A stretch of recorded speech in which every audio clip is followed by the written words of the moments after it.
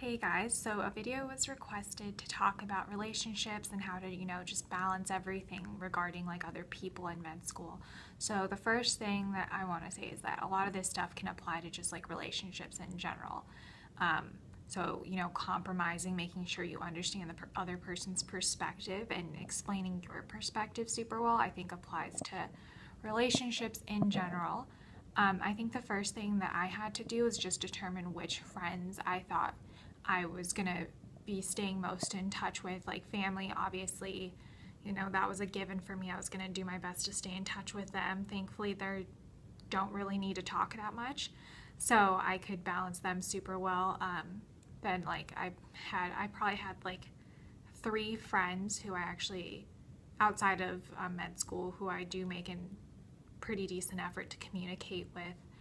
And then the other friends, they're just friends who weren't that close that, if I ever saw them again, it would be great to see them. But if I didn't, it's not the end of the world, and that's okay. Like, not everyone needs to be your best friend.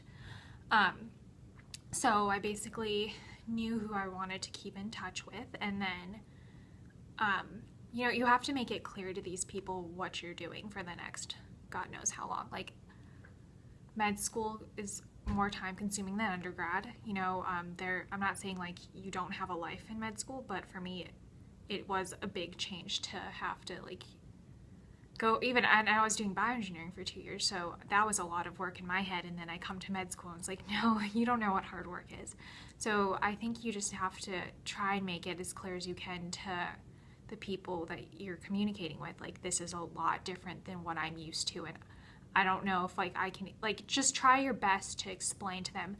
Maybe even like tell them what you do in a day so that they understand, wow, this person's going through a lot. If they don't respond to my text within 10 minutes, or like if they can't talk to me every day, I do understand that. And I think that that's a huge part, is that you guys have to communicate and show like, okay, like I might not be able to talk all the time, but this is why. It doesn't have to do with me not wanting to talk to you. It's just I have a lot on my plate. And then you have to understand the other person's perspective. And there are going to be your friends who have so much time in the world, and they're like, why can't you talk to me? And it's understandable for someone who has a lot of time to want you to have time to talk to them. But you have to understand that perspective, and then you have to help them understand your perspective, and then you guys have to find a compromise. I have a friend who, she has a job, and I think she has more time than me, but she's also very understanding that if I don't respond quickly, it's totally fine. And, I do my best for her because she's my best friend.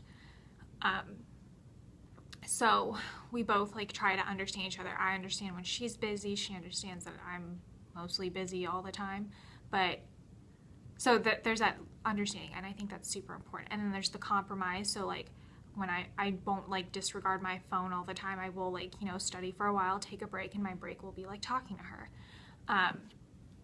So I do that. And my communication varies by person. There's a person that I'll like talk to every night, and then there's a person that I'll like talk throughout the day, but the texting is a lot slower. There's another person who I'll call like maybe once a month, but that's really honestly good enough for the both of us.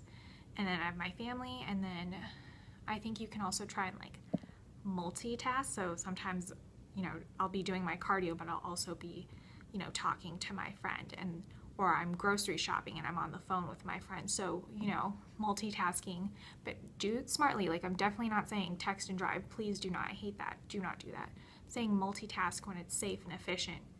That can also help. When I'm walking home from school and I call my mom, what else am I going to do?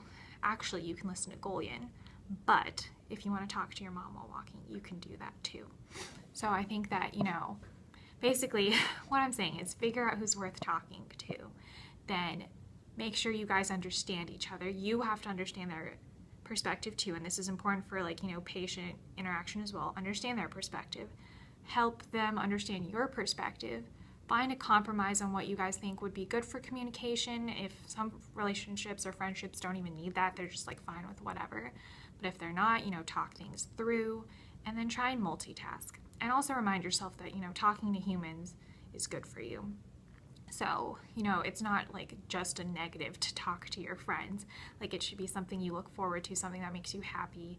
If it makes you really, really unhappy, maybe that's not the right friend. Maybe your mindset's too intense. I mean, I definitely advocate for studying a lot, but if it's making you that crazy that you don't even feel like you can talk to a human being, then it might be time to think things through. But yeah, so this is my advice that I have. If you guys have any questions, let me know. And I actually filmed this using a selfie stick, so if this was wobbly, let me know. I got a free selfie stick, and I hate these things, but I wanted to try it out. So if this was weird, let me know. I probably will not use it again, honestly, but whatever. Okay, bye.